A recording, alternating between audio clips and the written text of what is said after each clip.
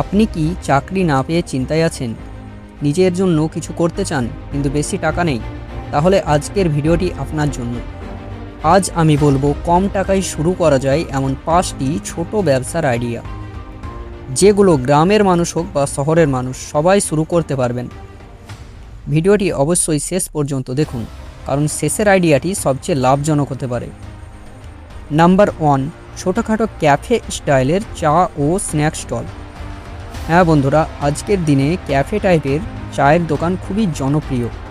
প্রথমত, এটা ইনভেস্টমেন্ট মোটামুটি 10,000 থেকে 30,000 টাকার মধ্যে। নাম্বার 2, মোবাইল কভার ও অ্যাক্সেসরিজ ব্যবসা। হ্যাঁ বন্ধুরা, আজ সবাই মোবাইল ব্যবহার করে। Mobile cover, charger, earphone, glass guard এসব জিনিসের চাহিদা সবসময় থাকে। তৃতীয় ব্যবসা হলো হোমমেড টিফিন সার্ভিস। যদি রান্না ভালো পারেন তাহলে বাড়ি থেকেই শুরু করতে পারেন।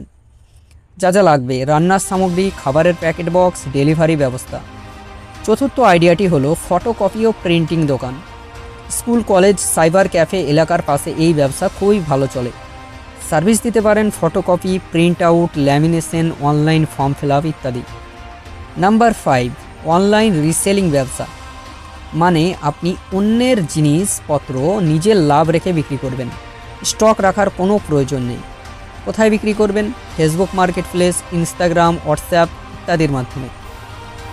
তো বন্ধুরা, এই ছিল কম টাকায় শুরু করার 5টি ছোট ব্যবসার আইডিয়া। আপনি যদি সত্যি নিজের জন্য কিছু করতে চান তাহলে আজ থেকেই শুরু করুন। ছোট থেকে শুরু করুন, বড় হবে একদিন। ভিডিওটি ভালো লাগলে লাইক করুন, শেয়ার করুন আর সাবস্ক্রাইব করুন।